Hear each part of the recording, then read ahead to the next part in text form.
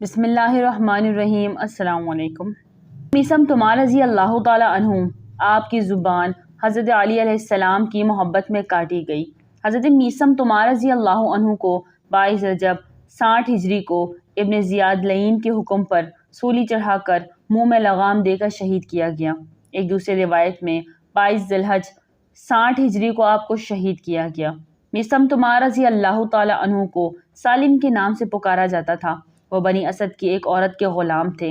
حضرت علی نے انہیں اس عورت سے خرید کر آزاد کر دیا اور فرمایا، پیغمبر خدا صلی اللہ علیہ وسلم نے مجھے تمہارے متعلق بتایا تھا کہ تمہارے والدین نے تمہارا نام میثم رکھا تھا۔ میثم نے کہا، قربان جاؤں، یہ بالکل صحیح ہے۔ پھر آپ علیہ السلام نے فرمایا، تم اپنا پرانا نام دوبارہ رکھو اور کنیت ابو سالم رکھو۔ میثم تمار رضی اللہ تعالیٰ عنہ نے حضرت علی رضی اللہ تعالیٰ عنہ سے مسلسل فیض حاصل کرتے رہے۔ آپ مسجد کوفہ کے باہر کھجوریں بیچا کرتے تھے، اس لیے آپ کا لقب تمار تھا، یعنی کھجور بیچنے والا۔ کبھی کبھی حضرت علی رضی اللہ تعالیٰ عنہ ان کی دکان پر تشریف لاتے اور فرماتے کہ تم جاؤ کھانا کھاؤ، میں تمہاری جگہ کھجوریں بیچوں گا۔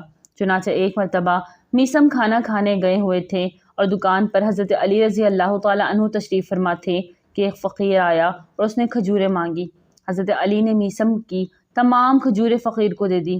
کچھ دیر بعد میثم رضی اللہ تعالیٰ عنہ آئے تو دیکھا کہ کھجوریں ختم ہو گئی ہیں۔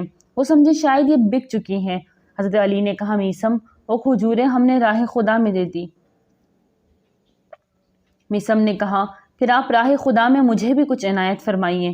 حضرت علی نے ان کے سینے پر ہاتھ پھیرا تو میثم کا سینہ علم المنایا والبلایا سے بھر گیا۔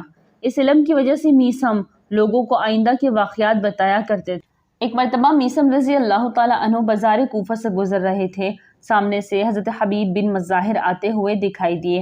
حضرت حبیب بن مظاہر رضی اللہ تعالیٰ عنہ نے انہیں سلام کیا۔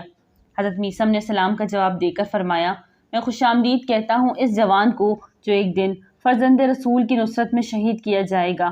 حبیب بن مظاہر نے فوراً کہا، میں بھی اس بزرگ کو خوش آمدید کہتا ہوں جسے وصی رسول صلی اللہ علیہ وسلم کی محبت پر سولی پر لٹکایا جائے گا۔ میثم نے جیسے ہی حبیب کی زبانی اپنے انجام کی خبر سنی تو تعجب سے کہنے لگے، میں نے تو یہ علم مولا علی سے سیکھا ہے، تمہیں یہ علم کہاں سے ملا؟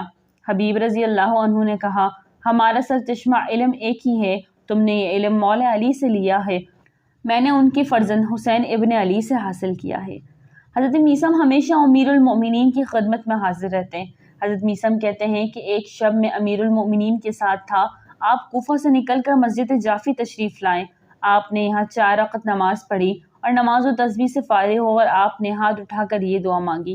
ترجمہ، پروردگار، میں تجھے کیسے پکاروں جبکہ میں تیری نافرمانی کر چکا ہوں، اور میں تجھے کیسے نہ پکاروں جبکہ مجھے تیری معرفت حاصل ہے اور تیری محبت میرے دل میں جا گزی ہے۔ میں نے گناہوں سے بھرا ہوا ہاتھ تیری طرف پھیلایا ہے اور میں نے تیرے لطف کی طرف امید بھری نگاہ اٹھائی ہے۔ پھر آپ رضی اللہ عنہ نے سر اقدس سجدے میں رکھا اور 100 مرتبہ الغفور کہا، پھر سجدے سے سر اٹھایا اور چل دیے۔ میں بھی آپ کے پیچھے چلنے لگا۔ آپ ایک بیابان میں تشریف لائے اور زمین پر ایک لکیر کھینچ کر بولے، میرے آنے تک اس لکیر سے باہر نہ جانا۔ میں رک گیا۔ آپ آگے چلے گئے۔ بیابان میں سناٹا تھا اور رات تاریک تھی۔ میں نے اپنے آپ سے کہا کہ میں نے اس بیابان میں اپنے آنکھوں کو تنہا چھوڑ دیا جبکہ پورا عرب ان کے دشمنوں سے بھرا ہوا ہے۔ اگر خدا نخواستہ انہیں کوئی غزن پہنچی تو میں قیامت کے دن خدا اور اس کے رسول کو کیا منہ دکھاؤں گا؟ ہے افسوس، مجھے ایسا نہیں کرنا چاہیے تھا۔ پھر میں نے اس لکیر سے باہر نکل کر اپنے آقا کو پتہ چلانے کا ارادہ کر لیا، اگرچہ میرا یہ عمل آپ کے حکم کے خلاف تھا۔ چنانچہ عشق علی کے جذبے سے مجبور ہو کر میں لکیر سے باہر آیا اور بیابان میں انہیں ڈھونڈنے لگا۔ ایک جگہ پہنچا تو دیکھا کہ مولا ایک کنویں کی منڈیر پر بیٹھے ہیں۔ ان کا چہرہ کنویں کی طرف ہے اور آپ باتیں کر رہے ہیں اور کنویں میں سے بھی جواب آ رہا ہے۔ جیسے آپ نے میرے قدموں کی چاپ سنی تو فرمایا، کون؟ میں نے عرض کیا، میثم۔ آپ نے فرمایا، کیا میں نے تمہیں اس لکیر کے اندر رہنے کا حکم نہیں دیا تھا؟ میں نے عرض کیا، مجھے آپ کے دشمنوں کا خوف تھا، اسی لیے آپ کو اس بیابان میں تنہا نہیں چھوڑنا چاہتا تھا۔ اگر خدا نخواستہ آپ کو کوئی غضن پہنچتا تو میں اپنے آپ کو معاف نہیں کر سکتا۔ آپ نے فرمایا، تم نے میری گفتگو سنی ہے؟ میں نے کہا، مولا، صرف آواز سنی ہے، سمجھا کچھ نہیں۔ آپ نے میری طرف رخ کر کے یہ اشعار پڑھے۔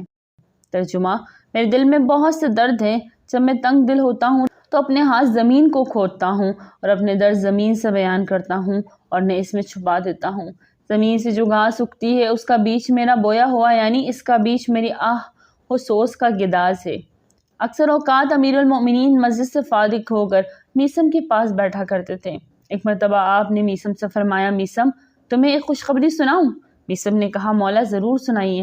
آپ نے فرمایا، لوگ تمہیں سولی پر لٹکائیں گے۔ میثم نے کہا، مولا یہ تو بتائیے کیا اس دن میں فطرت اسلام اور اپنے عقیدے پر ثابت قدم ہوں گا؟ آپ نے فرمایا، ہاں۔ حضرت علی نے میثم سے فرمایا تھا، میثم اس دن تم کیا کرو گے جب عبید اللہ بن زیاد تمہیں مجھ سے بیزاری کے اعلان کا حکم دے گا؟ میثم نے کہا، میں ایسا ہرگز نہیں کروں گا۔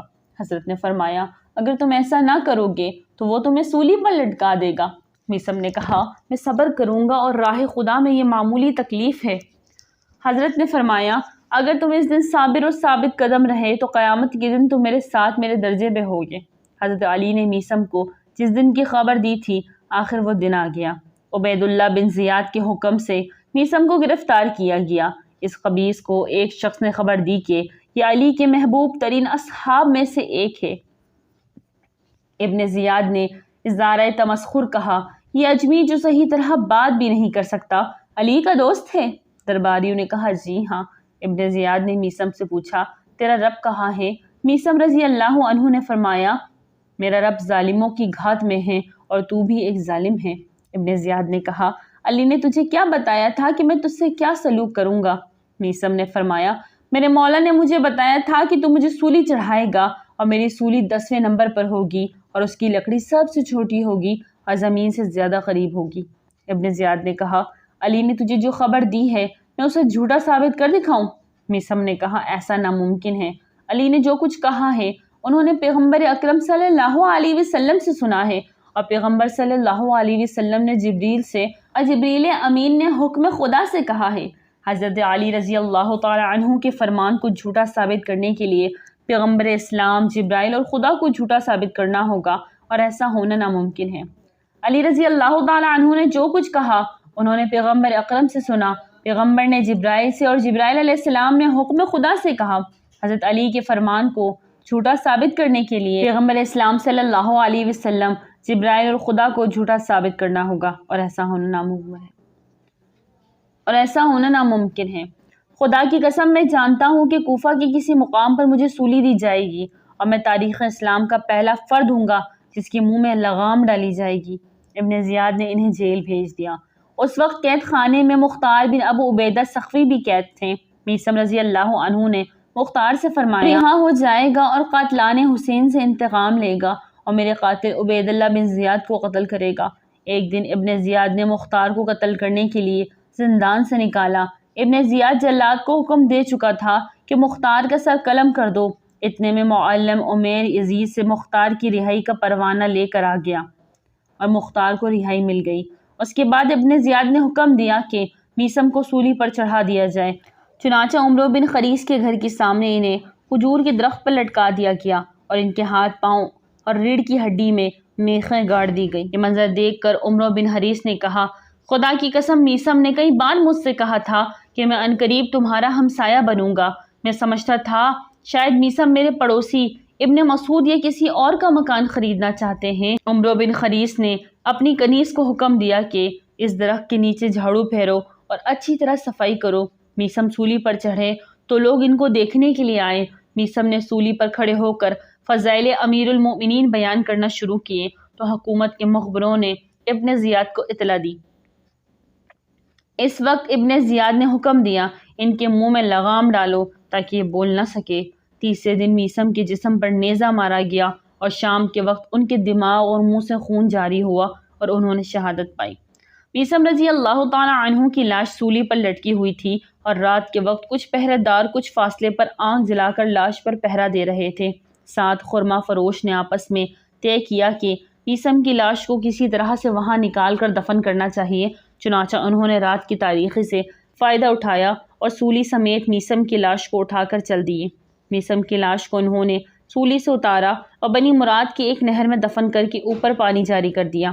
صبح ہوئی تو پہرے داروں نے دیکھا میثم کی لاش موجود نہیں۔ انہوں نے بہت تلاش کیا لیکن انہیں میثم کی لاش کا کوئی پتہ نہ چل سکا۔ ناظرین ویڈیو اچھی لگی تو لائک کر دیں، چینل کو سبسکرائب کر دیں اور دعا میں یاد رکھیں۔ السلام علیکم۔